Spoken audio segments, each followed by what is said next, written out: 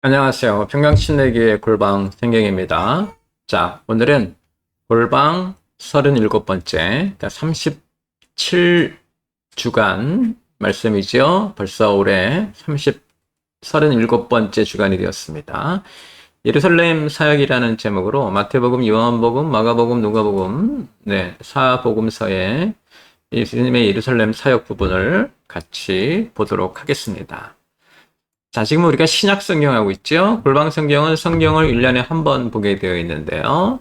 첫 주에 구약으로 시작해서 12월 마지막 주에 계시록까지 성경을 1년에 한 번 읽게 되어 있는데 시간 순서대로 읽습니다. 그래서 지금 이제 우리가 신약 성경하고 있는데요. 신약 성경은 크게 세 묶음으로 나눠지죠. 예수님의 사역, 교회의 사역, 가르침 이렇게 크게 세 묶음으로 나눠지는데 이제 지금 우리는 예수님의 사역을 하고 있고요. 예수님의 사역은 7주에 걸쳐서 공부합니다. 예수님이 오시는 장면, 태어나시는 장면이죠. 그리고 갈릴리에서 사역을 시작하시고 동시에 마태복음 중심으로 예수님의 가르침은 무엇이었는지, 그 다음에 예수님이 이제 갈릴리 사역을 마무리 짓고 예루살렘으로 가시기 위해서 유대를 지나면서 하시는 유대 사역, 그리고 요한복음은 이제 공관복음과 다르게 설명했기 때문에 요한이 본 예수님을 우리가 따로 공부했고요. 이어서 이제 예루살렘 사역, 마지막 주간, 우리가 흔히 고난주간이라고 부르는데 고난주간의 앞부분이 있죠. 잡히시기 전까지는 예수님께서 예루살렘에서 사역을 하셨어요. 가르침 사역이 이제 주로 이루어지는데, 그래서 이 부분이 이제 예루살렘 사역이고, 이어서 십자가 부활, 이렇게 7주에 걸쳐서 우리가 예수님의 사역을 봅니다. 오늘은 예수님의 예루살렘 사역, 그러니까 체포되기 직전까지 예수님이 예루살렘에서 하셨던 사역에 대해서 우리가 이제 보려고 합니다. 자, 시간은 주 33년으로 봐야 되겠죠? 우리가 지금 시간을 그렇게 정해놓고 따라오고 있기 때문에 그렇고요. 공간은 예루살렘이 주된 공간입니다. 사역이 일어나는 것이 주된 공간이 예루살렘인데, 실제로는 예수님께서 머무르시기는 베다니에 머무르셨죠. 베다니에 시몬의 집, 나사로, 또 마리아와 마르다가 모두 이제 형제 자매들이죠. 그 집에 머무르시면서 아침마다 예루살렘으로 오시고 저녁에 다시 베다니에 나사로의 집으로 가시는, 이렇게 되어 있기 때문에 예루살렘과 베다니를 우리가 사역 공간으로 볼 수 있고요. 자, 공관복음의 예수님 다시 이제 설명해 드리는데요. 공관복음의 예수님과 신약 성경에서 요한복음의 예수님의 사역의 전개 방향이 다른데, 공관복음에서는 예수님이 갈릴리에서 주로 사역을 하시고 이제 예루살렘으로 오시는, 그래서 이 갈릴리 사역, 이렇게 오시는 길에 하셨던 일을 유대 사역, 그리고 예루살렘에서 오신 걸 예루살렘 사역, 이렇게 나눠서 보고 있고요. 요한복음에 제시된 예수님의 사역은 예수님이 처음부터 갈릴리에서 첫 6월절에 예루살렘 방문하시고 그 다음 명절에 또 예루살렘 방문하시고 이제 이런 식으로, 그 다음에 초막절에 예루살렘 방문하셔서 수전절까지 계시고 이렇게 되어 있는데, 이제 이렇게 해서 공관복음과 요한복음이 바라보는 예수님의 사역의 전개 방향이 다르긴 한데, 지금 이제 우리가 공부하고자 하는 예루살렘 사역은 또 같아지죠. 자, 사회적 배경을 좀 보겠습니다. 당시에 예루살렘은 큰 갈등 중에 있었죠. 일단 로마 권력과 바리새인, 그리고 사두개인으로 대표되는 이스라엘 지배 세력들, 이 사람들과 또 백성들이 형성한 열심당과 SNF파가 서로의 방식대로 이스라엘을 이끌어가려고 했고요. 이런 갈등 중에, 그러니까 크게 4개의 파로 나눠서 큰 갈등 중에 있었는데, 이때 예수님이 예루살렘으로 오시면서 예루살렘은 폭발 직전이죠. 이미 침례 요한 때문에도 크게 격동했었는데, 이제 그런 때에 이 6월절에 전 국민이 다 모이는 곳에 예수님이 오시면서 여러 가지 기대, 희망, 또 이제 질투, 미움 이런 게 아주 복잡하게 얽혀지고 정치적으로도 얽혀져서 상당히 큰 갈등 중에 있었다. 그래서 폭발 직전이라고 우리가 말을 합니다. 또한 이 예수님이 주시는 가르침이 이제 뭐 지배 세력뿐만 아니라 일반 백성들에게도 너희가 모두 변해야 한다라는 회개를 강조하시는 것 때문에 이것 때문에 얘도 그 이스라엘의 그 신앙에 큰 충격을 받았죠. 그래서 종교 권력자들에 대한 통렬한 비판, 그리고 일반 백성들의 무지에 대한 예수님의 가르침, 이런 것들이, 그리고 또 예수님이 성전을 보고 오시는 것, 이런 것까지 다 해서 이스라엘이 큰 어려움 중에 있었다, 이렇게 보시는 게 맞고요. 성경은 사복음서 전체를 볼 건데, 공관복음에서 예루살렘 사역 어떤 일을 하셨고 어떤 일이 일어났는지 주로 보고, 요한복음에서는 이제 다락방 수훈을 중심으로 볼 거예요. 그래서 사복음서 전체를 같이 본다, 이렇게 보시면 됩니다. 주제는 예수님이 그 잡히시기 전에 어떤 가르침을 주셨는가, 마지막 날에 대한 가르침, 그리고 당시의 신앙 모습에 대한 비판, 이런 걸 좀 눈여겨볼 거고요. 또 하늘을 예비하는 삶, 왜냐하면 마지막 날에 대한 가르침이시기 때문에 우리가 어떤 모습으로 살아야 되는지도 눈여겨봐야 되겠죠. 자, 성경 이야기는 예루살렘에 오시는 장면, 예루살렘 입성이라고 흔히 말하죠. 그 다음에 예루살렘을 꾸짖으시는 장면, 말다툼의 날이라고도 부르는데요. 이어서 감람산 수훈을 통해서 마지막 날에 대한, 마지막 날의 징조와 어떻게 해야 되는지, 그리고 이제 요걸 공관복음 중심으로 보고, 요한복음 중심으로는 다락방 수훈, 다락방에서 예수님이 무엇을 가르치셨는지, 사도 요한이 무엇을 강조하고 싶었는지, 이런 것을 우리가 같이 보도록 하겠습니다. 자, 성경 이야기, 예루살렘에 오시는 장면인데요. 예수님은 베다니의 나사로의 집에 머무셨죠. 아마 나사로를 다시 살리신 지 얼마 안 됐기 때문에 사람들이 많이 있었고요. 많은 사람들의 기대 속에 예수님이 이제 예루살렘으로 향하게 되시는데, 주일이었죠. 안식 후 첫날이니까, 안식일이 토요일이고 안식 후 첫날이니까 주일날 예수님께서는 나귀를 타고 예루살렘으로 향하시죠. 나귀를 준비하게 하시고 나귀를 타고 입성하시는데, 이 땅에 이제 왕으로 오셨는데, 나귀를 타고 오셨다는 것은 뭐 예언에는 나와 있는 것이긴 하지만 섬기는 왕의 모습으로 오신 것이다 해서 우리가 좀 중요하게 생각하는 것이고요. 예수님께서도 성전을 보고 오시죠. 그래서 앞으로 예루살렘에서 앞으로 이제 며칠 안에 일어날 일들에 대한 예수님의 여러 가지 격정과 우려, 이런 것들이 아마 나타나지 않았었나, 이렇게 보여지고, 백성들은 호산나를 부르면서 환영을 하게 되는데, 자기 자신들이 원했던 그런 메시아 상을 이제 투영해서 예수님을 환영하죠. 이들이 이제 나중에 다시 또 예수님을 십자가에 못 박자라고 한 사람들이기 때문에, 이 예수님이 섬기는 왕으로 나귀를 타고 입성하신 것, 그런 장면 외에 백성들은 자기들 상상 속에 자기들이 원하는 모습으로 예수님을 환영하는, 그래서 지금 처음부터 어긋나기 시작하는 것을 우리가 좀 볼 수 있습니다. 자, 지도로 보면 베다니에 머무셨고요. 베다니에서 이제 겟세마네 동산 거쳐서 성전으로 가셨다가 다시 오시는, 이런 게 이제 주일날 입성하시는 모습 우리가 볼 수 있고, 저녁에 이제 다시 돌아가셨고요. 자, 이제 월요일 날, 그 다음 날이죠. 아침에 다시 성전으로 가시면서 예수님께서 무화과나무를 저주하시는 장면이 나오는데, 열매가 없었기 때문이죠. 그래서 무화과나무에 사람들이, 그리고 하늘이 예수님이 기대하는 것은 열매였는데 열매가 없는 것을 보고 꾸짖으셨기 때문에, 오늘날 이것이 어떤 가르침이 되냐면, 우리를 보고 포도나무 가지이기 때문에 열매를 기대하는데 그 열매가 없으면 우리도 꾸지람을 들을 수밖에 없다, 이런 거 생각하셔야 되고요. 예수님께서 이제 그 무화과나무 거쳐서 성전으로 들어가시죠. 그리고 성전을 정화하십니다.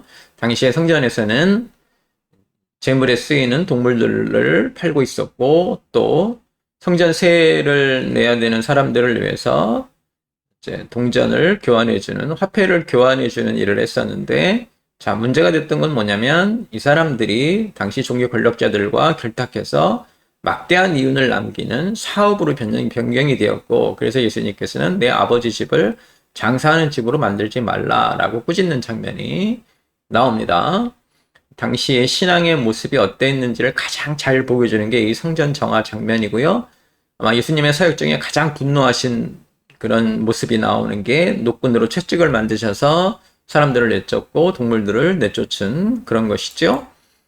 자, 이 일로 인해서 당시의 종교 권력자들은 예수님에게 큰 적대감을 갖게 되죠. 이미 이전에도 적대감을 갖고 있었는데, 왜냐하면 예수님의 설교가 계속해서 그들의 잘못을 지적해내는 것이기 때문에. 근데 진짜 예루살렘 성전에 오셔서 성전의 질서, 잘못된 질서죠. 그걸 전부 흔들어 놓으셨기 때문에 이제 이 사람들이 대놓고 예수를 죽여야겠다라는 생각을 하게 되는 그런 모습을 우리가 볼 수 있죠. 이날은 예수님이 제사장의 모습을 보이신 날이에요. 성전을 정화시켰다는 것만으로도 예수님이 제사장이시고, 그래서 예배를 인도하시기 위해서 성전이 정화되어야 된다. 신앙의 모습이 제대로 되어야 된다.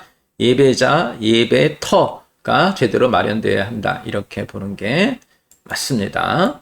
이게 이제 월요일 날 그 예수님의 그 모습인데요. 역시 베다니에서 아침에 겟세마네 동산 거쳐서 여기서 이제 무화과나무, 열매 없는 무화과나무를 이제 보시게 되는 것이고, 성전에 들어가셔서 나오시는 장면, 이제 우리가 이렇게 봅니다. 뭐 순서가 달라질 수는 있긴 하지만 이것이 이제 우리가 흔히 아는 예수님의 여정이었다, 이렇게 볼 수 있고요. 자, 이제 예루살렘을 꾸짖으시는 날이 이제 화요일인데요. 화요일 날 예수님께서는 다시 성전에 가셔서 이번에는 사람들을 모아놓고 가르치기 시작을 하시죠. 이때 그 종교 권력자들, 바리새인들과 사두개인들이 예수님에게 도전해 옵니다. 그래서 이날을 우리가 논쟁의 날, 다툼의 날이라고 하고 분노의 날이라고도 합니다. 예수님의 가르침이 드러나는 날이고요. 예수님께서는 두 아들의 비유를 통해서 누가 순종하는 사람이냐, 말로만 하고 하지 않은 사람이냐, 말은 안 했지만 실천한 사람이냐 하는 얘기와 포도원 소작인 비유를 주시죠.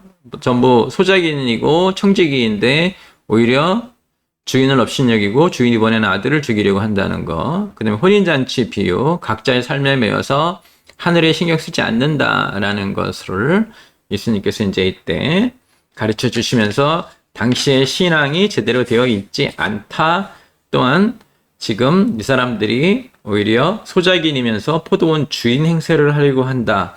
이제 이런 것들에 대해서 예수님께서 그들을 꾸짖는 것이고, 혼인잔치 비유를 통해서 준비되어 있지 않다라는 그런 가르침을 주신 것이죠. 이걸 듣게 된 이제 종교 권력자들이 예수님에게 여러 가지 질문들을 하죠. 이제 예수님을 올가매기 위한 함정 질문인데요. 세금에 관한 문제, 가이사에게 세금을 바쳐야 되느냐 하는 문제와 부활에 관한 문제죠. 부활을 완전히 이해하지 못한 사람들이 이제 예를 들어서 형이 죽으면 이렇게 하면서 이제 부활에 대한 질문, 그리고 율법에 대한 질문은 가장 중요한 율법이 어떤 것이냐, 가장 큰 것이 어떤 것이냐, 이런 질문들을 통해서 예수님에게 공격을 해오고, 예수님께서는 이들에게 너희들이 모두 외식적인 신앙을 가지고 있다. 그러니까 신앙의 핵심, 본질은 모르고 그렇게 겉으로 드러나는 것에 관심을 갖고 신경을 쓰는 외식적인 신앙을 가지고 있고 불법을 행하는 신앙이다라고 꾸짖으시게 되는 것이죠. 예, 이게 이제 화요일 날. 그래서 우리가 이제 다툼의 날이라고 부르는데 일정은 똑같습니다. 베다니에서 출발해서 겟세마네 동산 거쳐서 성전으로 들어가시고 여기서 이제 가르침도 세 가지고 비유도 세 가지를 통하여서 마지막 날이 어떠할지, 또 뭐가 잘못되고 있는지, 당시의 신앙이 뭐가 잘못되고 있는지를 말씀하셨고요. 그날 저녁에 예수님께서 감람산에서 화요일 밤이죠. 따라온 제자가 마지막 날이 어떻게 했느냐, 마지막 날의 징조가 무엇이겠느냐라고 물어보시니까 마지막 날에 대해서 말씀해 주시는데 가장 큰 징조는 거짓 그리스도의 미혹이죠. 그리스도라고 하는 자가 나타나서 너희들을 미혹해 할 것이다. 이것이었고, 그래서 우리가 해야 될 일은 깨어 있으라. 깨어 있으면 두려워하지 않게 된다. 그래서 두려워 말고 깨어 있는 것이 우리들이 할 일이라는 것을 알려주시고, 마지막 날을 준비하는 모습, 그러니까 하늘에서 원하는 사람이 어떤 사람인지 통하여서 열처녀 비유, 준비되어 있어야 된다. 기름을 준비하고 있어야 된다라는 것이고, 달란트 비유, 열매를 맺어야 되는 것이죠. 그 다음에 양과 염소의 비유를 통하여서 이웃을 누가 돌봤느냐. 그러니까 마지막 날에 징조가 이러한 것이 있는데 그런 것에 대해서 우리가 깨어 있어야 하고 우리가 어떻게 준비해야 되는가. 열처녀 비유 통해서, 달란트 비유 통해서, 양과 염소의 비유를 통해서 우리가 어떤 모습으로 준비되어 있어야 되는지를 보여주시는 것이죠. 이제 이렇게 화요일 밤이 지나고 수요일에는 예수님께서 베다니에 주로 머무셨어요. 휴식을 하신 것으로 보여지고, 이때 이제 종교 권력자들은 예수님을 죽이기 위한 음모를 진행했고, 유다도 이때 예수님을 배반하기로 결심을 하고 실행에 옮기는 사전 작업들을 하게 되는 거죠. 자, 이렇게 진행이 되는 반면에 이제 요한복음에서는 예수님의 다락방 수훈, 그러니까 다음 주에 이제 십자가 부활을 통해서 예수님의 마지막 날 잡히시기 전날 유월절 만찬에 대해서 얘기하겠는데, 이번 주에는 예수님의 가르침, 예루살렘에서의 가르침에 중심을 두기 때문에 다락방 수훈을 먼저 봅니다. 목요일 밤에 유월절 만찬의 밤이죠. 요한복음에서는 요한이 예수님의 가르침을 정리해서 유언적인 모습으로 올려놨는데요. 예수님께서 세족식을 통하여서 리더는 어떤 일을 해야 되고 섬기는 자가 되라 하는 얘기 하시는 거고, 이때 이제 가룟 유다가 배반을 하게 될 것, 그리고 베드로가 예수님을 3번 부정하게 될 것을 우리들에게 알려주시게 되는 것이죠. 그날 밤에 어땠을지를 우리가 볼 수 있는데요. 예수님께서는 남은 제자들에게 이제 자기는 하늘로 갈 것이니 남아있는 너희들은 내가 새로운 계명을 주노니 서로 사랑하라 하는 새로운 계명으로 제자들 간의 협력과 사랑을 통하여서 이 사역이 이어져 가야 될 것을 강조하시고요. 성령님을 약속하시죠. 내가 너희를 그냥 두지 아니하고 성령을 약속하니 나와 같은 분인데 그분이 오셔서 나를 기억나게 할 것이고 너희들과 함께 할 것이다 라는 말씀 주시고요. 이어서 그 유명한 포도나무 가지 비유, 나는 참 포도나무, 너희는 가지, 하나님은 농부. 이제 이렇게 비유를 통해서 우리가 열매를 맺어야 되고 열매를 맺기 위해서 예수님과 함께 동행해야 됨을, 우리가 주님 안에, 주님이 우리 안에, 그리고 주님의 말씀이 우리 안에 있어야 됨이 강조가 되는 것이죠. 그리고 예수님께서는 이 다락방 때에 제자들을 위한 기도를 해주시고 세상을 이기었다라고 선포를 하셔서 우리에게 사실 걱정하지 말라, 이것을 강조하시는 것으로 보여집니다. 이제 이렇게 이날 다락방 수훈이 마무리가 되고요. 예수님께서 마지막 주간에 월요일부터 목요일 저녁이 되기 전까지, 그러니까 목요일 저녁에 체포되셨으니까 저녁이 되기 전까지 어떠한 일이 일어났는지를 통하여서 예수님이 우리에게 가르쳐 주신 것, 우리가 정리하면 이렇습니다. 예루살렘에 오시죠. 입성하시는 장면 여러분 기억하셔야 되고요. 그 다음에 화요일날 예루살렘을 꾸짖으십니다. 당시에 그 신앙을 주도했던 종교 권력자들의 잘못된 신앙, 그리고 감람산 수훈을 통해서 마지막 날에 어떠한 징조가 있을 것이며 우리가 어떻게 준비되고 있어야 되는지 3가지 비유를 통해서 보여주시죠. 그리고 다락방 수훈을 통해서 이제 예수님 없이 앞으로 어떤 일을 해야 되고 이제 이 며칠간 무슨 일들이 일어날지 그런 것에 대한 가르침을 우리에게 주십니다. 이번 주에도 여러분 성경 말씀 읽으시면서 예수님의 예루살렘 사역, 마지막 주간에 체포되기 직전까지 어떤 사역을 하셨고 어떤 가르침을 주셨는지 잘 보시고 묵상을 통하여서 여러분 삶에 큰 믿음으로, 신앙으로 자리 잡게 되기를 주님의 이름으로 축원합니다.